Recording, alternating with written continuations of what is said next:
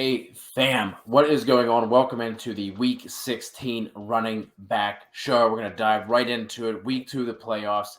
Let's go out there. Let's get some dubs. We do have a couple of situations we have to monitor for running backs. Elijah Mitchell could play on Thursday night. His knee took a, quote, positive turn. Whatever that means, we need to make sure we pay attention to that. DeAndre Swift expected to come back to practice this week.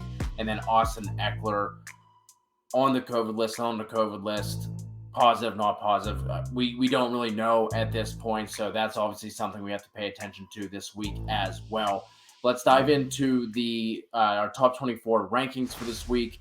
We have Jonathan Taylor at 1, Alvin Kamara, Dalvin Cook, James Robinson, Nick Chubb, Austin Eckler, David Montgomery, Cordell Patterson, Najee Harris, Joe Mixon, Clyde Edwards-Helaire, and Antonio Gibson rounding out our RB1s. RB2, we have Miles Sanders, James Conner, Aaron Jones, Javonte Williams, Ezekiel Elliott, Saquon Barkley, Josh Jacobs, Darrell Henderson, Ronald Jones, Rashad Penny, Ramondre Stevenson, and then A.J. Dillon rounding things out for us at our top 24. Kev, go ahead and kick things off here. Tell the folks about some of these guys who are in that RB2 area who you think they should feel confident plugging into their Week 16 matchups. Let's kick things off with Javonte Williams. Last week was, maybe you were finally seeing the tide turn, even with Melvin Gordon back, because last week he played 59% of the snaps, only 41% of Melvin Gordon, ran 45% of the routes, only 26% for Melvin Gordon. And so we're starting to see a little bit of a shift here towards Javonte Williams, which is something that should have happened a long time ago. And that's not me knocking Melvin Gordon. Melvin Gordon has been, sufficient this year. He's been decent. He hasn't been played that bad. But Javonte Williams has just been the most efficient running back in the league, and it just hasn't been really entirely close. He's on the season. He's ran about 49% of the snaps, 50% of opportunities, averages about 12 carries per game, 57.2 rush yards per game, 6 touchdowns. He is 18th in targets, 25th in fantasy points per game. He also has 29 red zone targets. But where his efficiency comes is 4th in yards created per touch. And some people may not understand what yards created per touch is. Simply, yards created per touch is how many yards the running back creates independent of the offensive line. So it's more of an efficiency metric, what he's doing without the offensive line. And he's creating about 3.7 yards per touch in that. So which is 4th most. He's also 23rd in routes run, 23rd in target share, and 7th in evaded tackles. He's been absolutely efficient, and I cannot wait to watch Javonte Williams next year without Melvin Gordon being the lead back in this offense. Javonte Williams is going to smash next year. But at least for Week 16, they do get the Raiders, who allow the 4th most fantasy points per game to running back. They're also 15th in rush DVOA and 15th in adjusted line yards. This is an absolute smash matchup for Javonte Williams.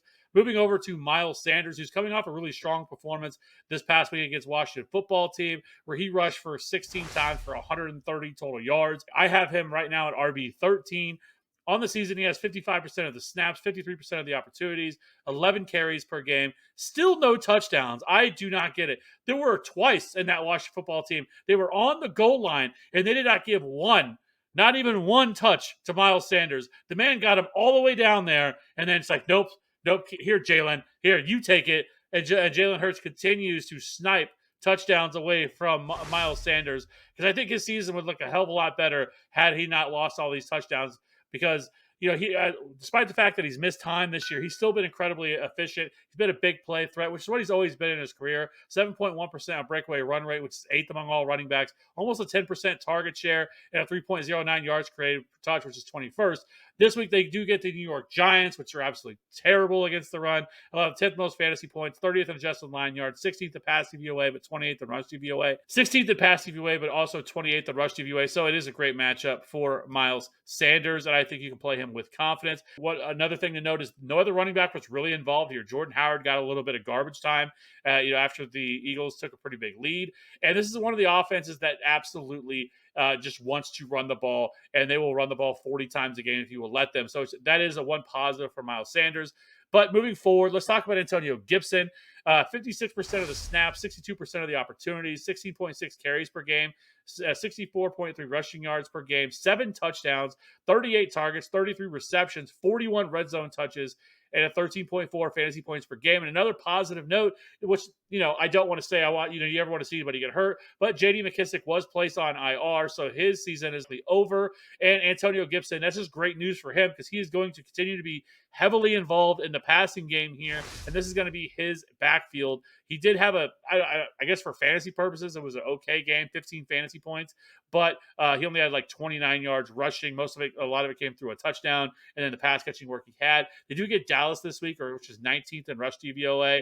It's a middle of the road matchup against a run defense. They can be had on the ground, and Antonio Gibson has smashed this defense in years past. Last year's two biggest performances last year came against this Dallas defense, though this Dallas defense is much improved than what it was last year. But if he's going to continue to see the pass catching usage that he is, Antonio Gibson's a great play. Just two names to tack on here at the end. Two guys that I really like as rock solid high end RB2s on the week. Clyde Edwards-Helaire.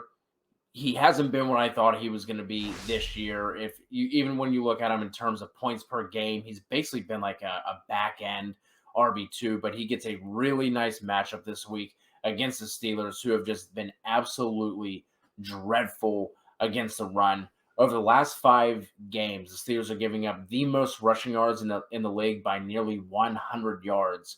And they've also given up the most rushing touchdowns. It's been so bad that if you look at their DVOA, which doesn't fluctuate, especially at this point of the year, you're not going to see massive fluctuations. They're all the way down at 30th in rush DVOA. So, and then especially with Tyreek Hill and Travis Kelce being on the COVID list, it's still early in the week. The NFL came out and changed their guidelines and thresholds for COVID protocol. So there's definitely a chance that these guys get back. But if they don't, maybe we'll see them actually forced to use Clyde Edwards-Helaire in a pass catching role, which they just haven't for whatever reason. They'll go give Darrell Williams 9 targets in a game, but not Clyde. Anyway, I'm not bitter. It doesn't matter. Let's move on to Josh Jacobs. And this one for me, it's a middle of the road matchup against Denver. They're not a shutdown unit there, but they're not awful either. But for me, what I'm looking for here is his involvement as a pass catcher. Since week 9, he hasn't had fewer than 4 targets in any game. Now, he isn't necessarily crushing with those targets by any means, but in full PPR leagues, he's tacking on 4 to 8 points every single week on top of his rushing floor. So, then if he falls into the end zone, you're looking at a really strong week from Josh Jacobs. So those are the 2 guys that I have that I like as rock solid RB. Yeah, I will add with Clyde Edwards-Helaire in that matchup that they're going to get.